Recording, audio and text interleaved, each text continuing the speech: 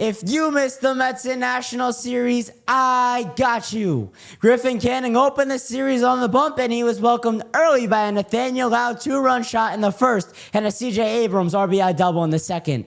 New York answered with a run of their own in the second and a Juan Soto solo bomb in the third. Griffin Canning wasn't done yet as he gave up another homer, this time a C.J. Abrams solo tank in the fifth.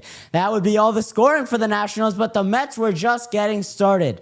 In the eighth, Juan Soto smashed a double to score Starling Marte, and Pete Alonso singled to score Soto, knotting the game at 5. Then to the 10th, where Reed Garrett pitched a scoreless top half, and Jeff McNeil singled on the first pitch he saw to lift the Mets over the Nationals 5-4 in the opening contest. Game 2 was much less stressful, but an equally satisfying result as Game 1.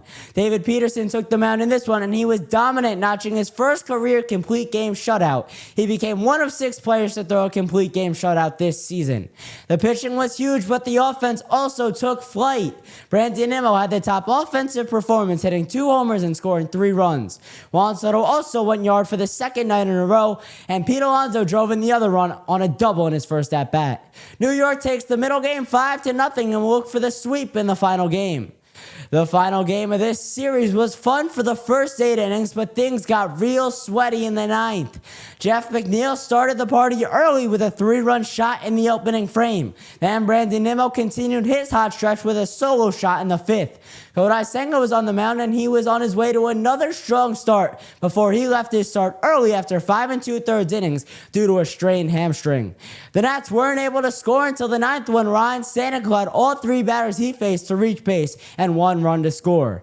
Edwin Diaz was up next, and he allowed 2 more runs before finally slamming the door with the tying run in scoring position. The Mets win 4-3 and sweep their second consecutive series. Just a couple takeaways from this series, and let's start with Juan Soto. He has had a strong showing in the month of June. Over his last 12 games, he has an average of .390 and a .1347 OPS to go along with 13 walks and 5 bombs.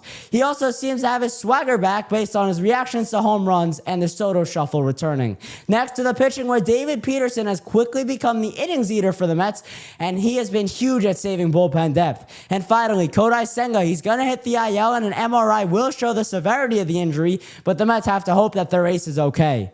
Up next for the Mets is a 3-game set against the Rays at Citi Field.